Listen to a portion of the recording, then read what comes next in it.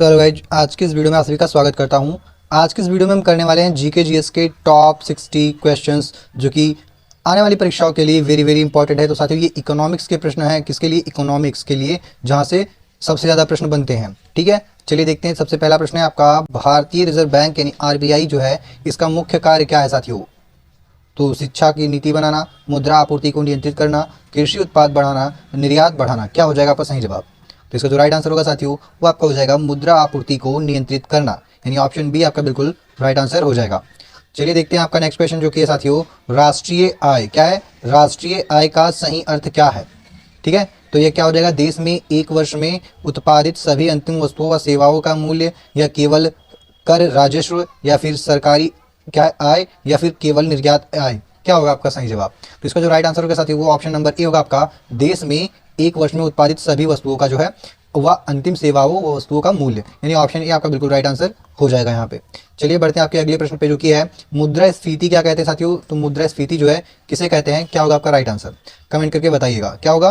कीमतों का लगातार बढ़ना, कीमतों का गिरना, उत्पादन बढ़ना, या फिर निर्यात का बढ़ना। क्या होगा आपका राइट आंसर? तो इसका जो राइट आंसर होगा साथियों, वो आपका हो जाएगा ऑप्शन नंबर कौन सा? ए, कीमतों का लगातार बढ़ना। क्या साथियों? कीमतों का लगातार बढ़ना ही मुद्रास्फीति कहलाती है। ऑप्शन ए आपका बिल्कुल राइट आंसर हो जाएगा यहाँ पे। चलिए नेक्स्ट क्वेश्चन देखते हैं, जो कि आपका प्रत्यक्ष कर का उदाहरण कौन सा कर है साथियों? प्रत्यक्ष कर का कौन सा? जीएसटी होगा, आयकर होगा, उत्पादन शुल्क होगा, सीमा शुल्क। क्या होगा आपका सही जवाब? तो साथियों, जो प्रत्यक्ष कर है साथियों, वह आपका हो जाएगा आयकर। आयकर जो इनकम टैक्स होता है साथियों, वह एक प्रकार का प्रत्यक्ष कर है। बाकी ये तीनों ही आपके जो है अप्रत्यक्ष कर हो जाएंगे। तो यहाँ पे आपका ऑप्शन बी बिल्कुल राइट आंसर हो जाएगा। चलिए अगला प्रश्न है आपका, अप्रत्यक्ष कर का उदाहरण है साथियों। अप्रत्यक्ष कर का उदाहरण कौन सा है? तो आयकर, जैसा कि आपको बताया था, यह प्रत्यक्ष कर है। संपत्ति कर साथियों, यह भी एक प्रत्यक्ष कर है। और निगम कर, यह भी एक प्रत्यक्ष कर है। जबकि जो जीएसटी है साथियों आपका, यह एक अप्रत्यक्ष कर है। तो ऑप्शन सी आपका बिल्कुल राइट आंसर हो जाएगा, जीएसटी। चलिए आपका अगला प्रश्न देखते हैं, हरित क्रांति किससे संबंधित है साथियों? हरित क्रांति, तो जो हरित क्रांति, जैसे आपको नाम से ही पता चल रहा होगा, हरा भरा, तो ऐसा तो ये कृषि उत्पादन से संबंधित है। किससे?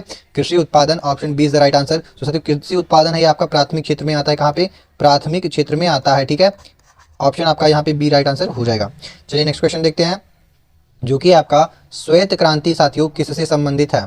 तो श्वेत क्रांति जो है साथियों, यह आपका दूध उत्पादन से संबंधित है। किससे? दूध के उत्पादन से, प्रोडक्शन ऑफ मिल्क से जो है श्वेत क्रांति आपका संबंधित हो जाएगा। तो ऑप्शन ए आपका बिल्कुल राइट आंसर हो जाएगा। नेक्स्ट क्वेश्चन देखते हैं दोस्तों, जो कि है आपका नीली क्रांति किससे संबंधित है साथियों? तो नीली क्रांति से हम ब्लू रेवोल्यूशन भी बोलते हैं। तो ये आपका साथियों मत्स्य उत्पादन से, किससे? मत्स्य पालन से, यानी मछलियों के उत्पादन से संबंधित है। तो ऑप्शन बी आपका बिल्कुल राइट आंसर हो जाएगा। चलिए अगला प्रश्न है आपका, कि बजट साथियों, बजट जो है यह कौन प्रस्तुत करता है भारत में? तो जो बजट है साथियों, वह वित्त मंत्री, जो हमारे वित्त मंत्री होते हैं, वही जो है प्रस्तुत करते हैं। तो ऑप्शन सी आपका बिल्कुल राइट आंसर हो जाएगा, वित्त मंत्री। ठीक है, चलिए बढ़ते हैं अगले प्रश्न पे, जो कि है आपका राजकोषीय नीति किससे संबंधित है साथियों? राजकोषीय नीति किससे संबंधित है? तो आपका बिल्कुल राइट आंसर हो जाएगा, यह सरकारी आय और व्यय से संबंधित होता है, राजकोषीय नीति। ठीक है साथियों, तो ऑप्शन बी आपका बिल्कुल राइट आंसर हो गया, सरकारी आय व व्यय से। अगला प्रश्न है आपका, मौद्रिक नीति कौन बनाता है साथियों? मौद्रिक नीति जो है या कौन बनाता है? आप लोग कमेंट करके बताइएगा। तो ये जो मौद्रिक नीति साथियों, ये आरबीआई का काम है। मौद्रिक नीतियां बनाने का और लागू करने का आरबीआई का काम है। ऑप्शन सी आपका बिल्कुल राइट आंसर हो जाएगा। चलिए अगला प्रश्न क्या है साथियों, जीडीपी का पूरा नाम क्या है? जीडीपी साथियों बताइएगा क्या होगा? जीएसटी और जीबीटी वेरी वेरी इंपॉर्टेंट है। तो जो जीडीपी होता है साथियों, इसका जो फुल फॉर्म होता है वो होता है ग्रॉस डोमेस्टिक प्रोडक्ट। क्या होता है? Gross domestic product. ठीक है, तो जीडीपी, ठीक है, और जीएसटी आप लोग ध्यान रखिएगा। तो बढ़ते हैं अगले प्रश्न पे, जो कि हो जाएगा आपका, कि गरीबी रेखा, क्या साथियों गरीबी रेखा किससे संबंधित है?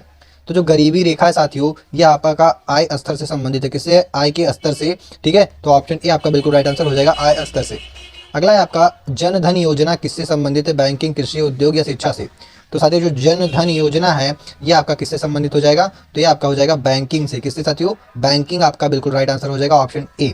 चलिए बढ़ते हैं आपके अगले प्रश्न पे साथियों, जो कि है आपका मूल्य या मुद्रा अवमूल्यन क्या होता है? मूल्य अवमूल्यन या फिर मुद्रा अवमूल्यन क्या होता है साथियों? आप लोग बताइएगा। तो क्या हो जाएगा आपका, मुद्रा मूल्य बढ़ना, मुद्रा मूल्य घटना, या निर्यात बढ़ना, या आयात बढ़ना। क्या होता है? मुद्रा अवमूल्यन का, तो यानी कि मुद्रा का जो है साथियों मूल्य घटना हो जाएगा। क्या हो गया? मुद्रा का मूल्य घटना। अवमूल्यन मतलब घटना, यानी ऑप्शन बी आपका बिल्कुल राइट आंसर हो जाएगा। चलिए बढ़ते हैं अगले प्रश्न पे साथियों, जो कि आपका सब्सिडी का क्या अर्थ है? सब्सिडी का क्या अर्थ है? तो आपका कमेंट बताइए। तो सब्सिडी का जो अर्थ है साथियों, सरकारी सहायता। क्या है? सरकारी सहायता। ऑप्शन बी आपका बिल्कुल राइट आंसर हो जाएगा। चलिए आपका अगला प्रश्न है साथियों, निर्यात का अर्थ क्या है? निर्यात का अर्थ क्या है साथियों? तो निर्यात का जो अर्थ है वह है विदेश में वस्तु बेचना। क्या साथियों? विदेश में वस्तुओं को बेचना। ऑप्शन बी आपका बिल्कुल राइट आंसर हो जाएगा। अगला प्रश्न है आपका, आयात का क्या अर्थ है साथियों? आयात का अर्थ क्या है? आयात का अर्थ क्या है साथियों? तो आपका बिल्कुल राइट आंसर हो जाएगा कि आयात मतलब विदेशों से खरीदना हो जाएगा। निर्यात मतलब विदेशों को बेचना, आयात मतलब विदेशों से खरीदना। उपभोक्ता मूल्य जो मूल्य सूचकांक क्या मापता है? उपभोक्ता मूल्य सूचकांक साथियों क्या मापता है? तो आपका बिल्कुल राइट आंसर बताइए कमेंट करके। तो इसका जो राइट आंसर हो जाएगा, महंगाई को बताता है। क्या है? महंगाई को मापता है उपभोक्ता मूल्य सूचकांक। तो ऑप्शन बी आपका बिल्कुल राइट आंसर होगा साथियों। चलिए अगला प्रश्न है आपका, बैंक राष्ट्रीयकरण कब हुआ था? बैंकों का जो राष्ट्रीयकरण है साथियों यह कब हुआ था? तो बैंकों का जो राष्ट्रीयकरण है यह किस वर्ष हुआ था? आप लोग कमेंट करके बताइएगा। तो आपका बिल्कुल राइट आंसर हो जाएगा वर्ष 1969 में। कब? वर्ष 1969 में आपका बिल्कुल राइट आंसर हो जाएगा ऑप्शन बी। चलिए अगले प्रश्न को देखते हैं, जो कि है आपका आर्थिक उदारीकरण। क्या साथियों? आर्थिक उदारीकरण जो है भारत में कब शुरू हुआ? तो साथियों जो आर्थिक उदारीकरण है यह आपका भारत में वर्ष 1991। कब साथियों? वर्ष 1991 में शुरू हुआ था। तो ऑप्शन बी आपका बिल्कुल राइट आंसर हो जाएगा, वर्ष 1991 में उदारीकरण शुरू हुआ। अगला है, विश्व बैंक का मुख्यालय कहाँ है? तो साथियों विश्व बैंक मुख्यालय, इसका जो मुख्यालय है विश्व बैंक का वो वाशिंगटन डीसी में। कहाँ पे? Washington DC. ऑप्शन सी आपका बिल्कुल राइट आंसर हो जाएगा यहाँ पे। चलिए आपका अगला प्रश्न है, आईएमएफ का पूरा नाम क्या है साथियों? ठीक है, आईएमएफ का पूरा नाम क्या है? आप लोग कमेंट करके बताइएगा। तो इसका जो आईएमएफ है साथियों इसको बोलते हैं इंटरनेशनल मॉनेटरी फंड। क्या बोलते हैं? आईएमएफ को क्या बोलते हैं? International monetary fund. ठीक है साथियों। चलिए अगला प्रश्न है आपका कि न्यूनतम समर्थन मूल्य क्या है? न्यूनतम समर्थन मूल्य एमएसपी। क्या? एमएसपी। ठीक है, मिनिमम एमएसपी। ठीक है, मिनिमम सपोर्ट प्राइस। ठीक है, तो ऑप्शन आपका क्या हो जाएगा? तो साथियों ये किसान से किससे संबंधित है या किसके लिए होता है? तो साथियों ये किसानों के लिए होता है। किसके लिए? किसानों के लिए। ऑप्शन बी आपका बिल्कुल राइट आंसर हो जाएगा। चलिए अगला प्रश्न देखते हैं आपका, मानव विकास सूचकांक। क्या है? मानव विकास सूचकांक किसके द्वारा जारी होता है? तो साथियों जो मानव विकास सूचकांक होता है यूएनडीपी के द्वारा, किसके द्वारा? यूएनडीपी के द्वारा जारी किया जाता है। आपका ऑप्शन सी बिल्कुल राइट आंसर हो जाएगा, यूएनडीपी। चलिए बढ़ते हैं आपके अगले प्रश्न पे साथियों, जो कि हो जाएगा आपका सेबी किससे संबंधित है? क्या है? सेबी किससे संबंधित है? आप लोग कमेंट करके बताइएगा साथियों। तो जो सेबी होता है साथियों यह किससे संबंधित होता है? तो यह आपका हो जाएगा सही आंसर शेयर बाजार से। जो सेबी है साथियों यह शेयर बाजार से संबंधित है। ऑप्शन बी आपका बिल्कुल राइट आंसर हो जाएगा, शेयर बाजार से। चलिए अगला प्रश्न है आपका, रोजगार गारंटी योजना। रोजगार गारंटी योजना किससे संबंधित है साथियों? तो यह आपका हो जाएगा किससे दोस्तों? तो यह रोजगार से संबंधित है। आपका ऑप्शन बी बिल्कुल राइट आंसर हो जाएगा आपका। अगला प्रश्न है आपका, मिश्रित अर्थव्यवस्था का क्या अर्थ है? मिश्रित अर्थव्यवस्था का क्या अर्थ है साथियों? आप लोग कमेंट करके बताइए। तो मिश्रित अर्थव्यवस्था जो है इसमें क्या होता है? इसमें सरकारी और निजी क्षेत्र दोनों होते हैं। ठीक है, निजी और सरकारी क्षेत्र दोनों होते हैं। तो ऑप्शन बी आपका बिल्कुल सी आपका बिल्कुल राइट आंसर हो जाएगा कि इसी मिश्रित अर्थव्यवस्था जो है कहते हैं। चलिए आगे देखते हैं। अगला प्रश्न है आपका, राष्ट्रीय आय में क्या शामिल होता है? राष्ट्रीय आय में क्या शामिल होता है? आप लोग कमेंट करके बताइए साथियों। तो जो राष्ट्रीय आय है इसमें आपका वेतन भी शामिल होता है, ठीक है, किराया भी शामिल होता है और ब्याज भी शामिल होता है, यानी ये सभी ऑप्शन डी आपका हो जाएगा बिल्कुल राइट आंसर। बढ़ते हैं आपके अगले प्रश्न पे साथियों, जो कि है बचत का क्या अर्थ है? बचत का अर्थ क्या है? आप लोग कमेंट करके बताइएगा बचत का क्या अर्थ है। तो बचत का जो अर्थ होता है साथियों वह क्या होता है? आप लोग बताइए जल्दी से। तो इसका जो है आंसर आपका हो जाएगा ऑप्शन बी बिल्कुल राइट होगा, आय का हिस्सा जो खर्च नहीं किया जाता है। क्या है? आपकी आय का वह हिस्सा जो खर्च करने से बच गया, यानी खर्च करने पर बच गया है। ठीक है, तो आपका ऑप्शन बी बिल्कुल राइट आंसर हो जाएगा यहाँ पे। चलिए आपका अगला प्रश्न है कि निवेश का अर्थ क्या है साथियों? निवेश का अर्थ क्या है? तो निवेश का जो अर्थ होता है साथियों वह होता है आपका पूंजी लगाना। यदि आप किसी चीज़ में क्या कर रहे हैं? इन्वेस्ट कर रहे हैं, किसी चीज़ में अपने पैसे को लगा रहे हैं तो उसे ही निवेश कहते हैं। तो आपका ऑप्शन बी बिल्कुल राइट आंसर हो गया, पूंजी लगाना। चलिए अगला प्रश्न है आपका, बाजार किसे कहते हैं साथियों? किसे कहते हैं? बाजार किसे कहते हैं? आप लोग कमेंट करके बताइएगा। तो बाजार किसे कहते हैं? यानी खरीद बिक्री का स्थान, केवल दुकान, केवल मंडी, केवल बैंक। क्या होगा आपका सही जवाब? तो इसका जो सही जवाब हो जाएगा, बाजार का अर्थ होता है साथियों खरीद बिक्री का स्थान। क्या है? खरीदी और बिक्री का स्थान। ऑप्शन ए आपका बिल्कुल राइट आंसर हो जाएगा। ठीक है, चलिए अगला प्रश्न है आपका, मांग का क्या अर्थ है साथियों? What is the meaning of मांग या सप्लाई? इसको इंग्लिश में सप्लाई भी बोलते हैं, सप्लाई। तो क्या हो जाएगा सप्लाई का अर्थ? क्या है? आपूर्ति, खरीदने की इच्छा व क्षमता, उत्पादन या निर्यात। तो मांग का क्या अर्थ होता है साथियों? आप लोग कमेंट करके बताइए। तो इसका जो अर्थ होता है वह होता है खरीदने की इच्छा व क्षमता। जब किसी चीज़ की मांग हो यानी कि लोगों की जो है उसको खरीदने की इच्छा है और क्षमता भी है। ठीक है, तो ऑप्शन बी आपका बिल्कुल राइट आंसर हो जाएगा। चलिए अगला प्रश्न देखते हैं, जो कि है आपूर्ति का क्या अर्थ है साथियों? आपूर्ति का क्या अर्थ है? तो बिक्री हेतु वस्तुओं को उपलब्ध कराना ही आपका आपूर्ति कहलाता है। ऑप्शन बी आपका बिल्कुल राइट आंसर हो जाएगा। अगला है आपका, बैंक का मुख्य कार्य क्या होता है साथियों? बैंकों का मुख्य कार्य क्या होता है? कर लेना, ऋण देना व जमा लेना, उत्पादन करना या निर्यात करना। तो जो बैंकों का मुख्य कार्य है साथियों, यह आपका हो जाएगा ऋण देना व आय को जमा करना। क्या है? ऋण देना व जमा करना या जमा लेना। ऑप्शन आपका बिल्कुल राइट आंसर हो जाएगा बी। ठीक है, चलिए बढ़ते हैं अगले प्रश्न पे, जो कि है आपका चालू खाता किससे संबंधित है साथियों? चालू खाता जो है किससे संबंधित है? व्यापार, पूंजी, कृषि या उद्योग से। तो जो चालू खाता होता है साथियों, ये आपका व्यापार से संबंधित होता है। किससे? व्यापार से। ऑप्शन ए आपका बिल्कुल राइट आंसर हो जाएगा, व्यापार से। चलिए अगला प्रश्न है आपका, विदेशी मुद्रा भंडार, विदेशी मुद्रा भंडार किसके पास होता है साथियों? ठीक है, विदेशी मुद्रा भंडार जो है या किसके पास होता है? तो साथियों ये आपका आरबीआई के पास होता है। ऑप्शन बी आरबीआई आपका बिल्कुल राइट आंसर हो जाएगा यहाँ पे। चलिए अगला प्रश्न देखते हैं साथियों, वित्त आयोग का गठन कौन करता है? तो साथियों वित्त आयोग जो होता है, इसका गठन जो है कौन करता है? तो इसका गठन साथियों राष्ट्रपति करते हैं। वित्त आयोग का गठन राष्ट्रपति के द्वारा किया जाता है। तो ऑप्शन बी आपका बिल्कुल राइट आंसर हो जाएगा। चलिए अगला प्रश्न है आपका कि कर का मुख्य उद्देश्य क्या है साथियों? कर का मुख्य उद्देश्य क्या है? तो यह है सरकार की आय साथियों। कर का जो मुख्य उद्देश्य है वह है सरकार की आय। आपका बिल्कुल राइट आंसर हो जाएगा, ऑप्शन नंबर ए।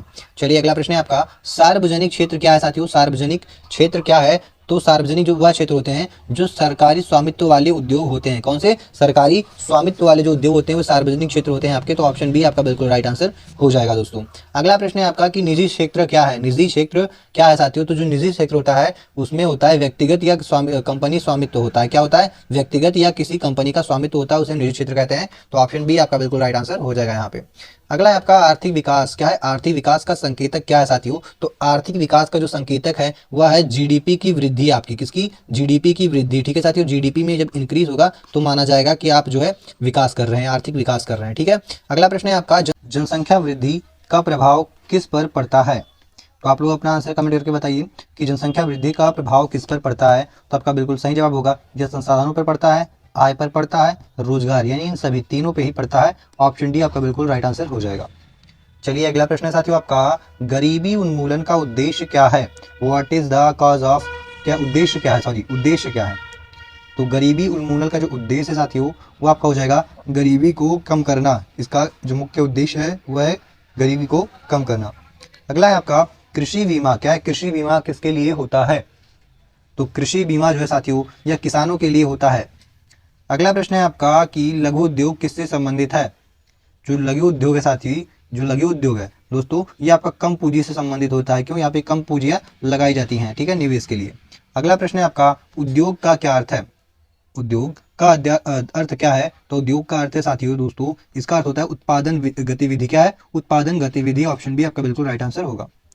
चलिए अगला प्रश्न है आपका, सेवा क्षेत्र का उदाहरण क्या है? सेवा क्षेत्र का उदाहरण क्या है साथियों? तो सेवा क्षेत्र का जो उदाहरण है वह क्या हो जाएगा? आप लोग कमेंट करके बताइएगा। तो सेवा क्षेत्र हो जाएगा आपका बैंकिंग, जबकि ये जो खेती है, खनन है और ये जो निर्माण है साथियों ये आपका कौन सी क्षेत्र में हो जाएगा? ये आपकी प्राथमिक, किसमें? प्राथमिक में हो जाएगा। प्राथमिक क्षेत्र में हो जाएगा, प्राथमिक क्षेत्र में हो जाएगा, कृषि क्षेत्र में हो जाएगा। ठीक है, चलिए अगला प्रश्न देखते हैं आपका कि खनन जो होता है वह किस क्षेत्र में आता है? तो साथियों जो खनन होता है आपका यह प्राथमिक क्षेत्र में आता है। मैंने अभी आपको बताया कहाँ पे, प्राथमिक क्षेत्र में आता है। आपका बिल्कुल राइट आंसर हो जाएगा ऑप्शन ए।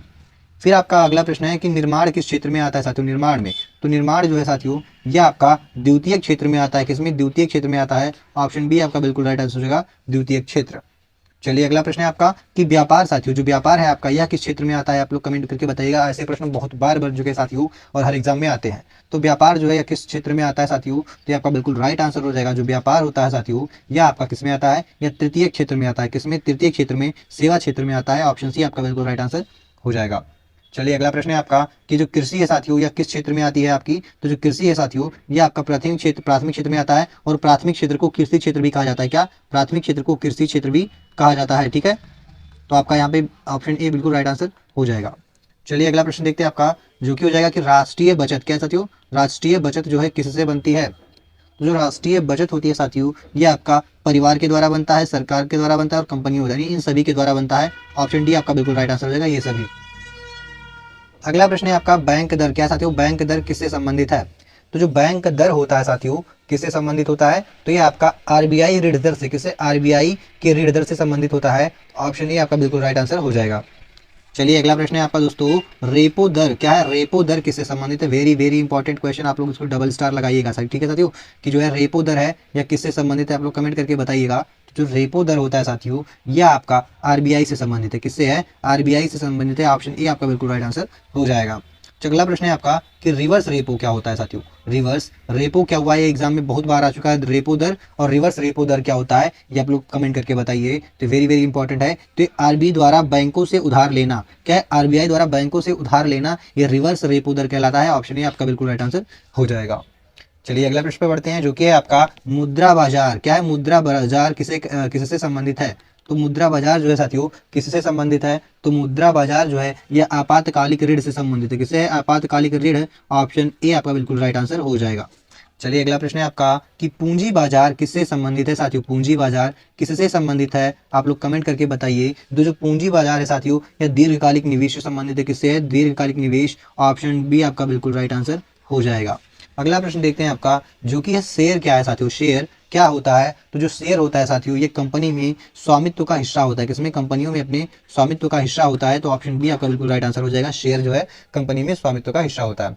और अगला और आखिरी क्वेश्चन को देख लेते हैं साथियों, जो कि बॉन्ड क्या है साथियों। बॉन्ड क्या है, ये आपका आखिरी प्रश्न है साथियों, जो कि था हमारा क्या बॉन्ड क्या है। ये वेरी वेरी इंपॉर्टेंट है, ये आ भी सकता है आने वाली 2026 की सभी एग्जाम्स के लिए वेरी वेरी इंपॉर्टेंट है कि बॉन्ड क्या होता है। क्योंकि बॉन्डों के ऊपर जो होता है साथियों बहुत विवाद हुआ था इस बार में 2025 में। तो यहाँ से वेरी वेरी इंपॉर्टेंट क्वेश्चन बन सकता है कि बॉन्ड जो होता है क्या होता है साथियों। तो यह साथियों एक तरह का ऋण पत्र होता है। क्या होता है, ऋण पत्र होता है। ऑप्शन बी आपको बिल्कुल राइट आंसर हो जाएगा, ऋण पत्र। तो इसी के साथ में साथियों हमारी इकोनॉमिक्स की यही वीडियो समाप्त होती है। मिलते हैं नेक्स्ट वीडियो में, जहां पे हम और इंपॉर्टेंट टॉपिक्स पे जो है जीके जीएस के क्विज करने वाले, जैसे मानवाधिकार हो गया, ठीक है साथियों, जीएसटी हो गया, राष्ट्रीय आय हो गया, इन सभी के बारे में, रोजगार हो गया, बेरोजगारी हो गई, गरीबी हो गई, इन सभी के बारे में हम अच्छे से एमसीक्यूज करेंगे। महिला सशक्तिकरण, इन जैसे टॉपिक्स जहां से भर भर के क्वेश्चन हर एग्जाम में पूछे जाते हैं। तो वीडियो को जो आने वाली है वो आपसे मिस ना हो, इसलिए चैनल को सब्सक्राइब करें और वीडियो पसंद आए तो लाइक करें, शेयर करें, कमेंट करें।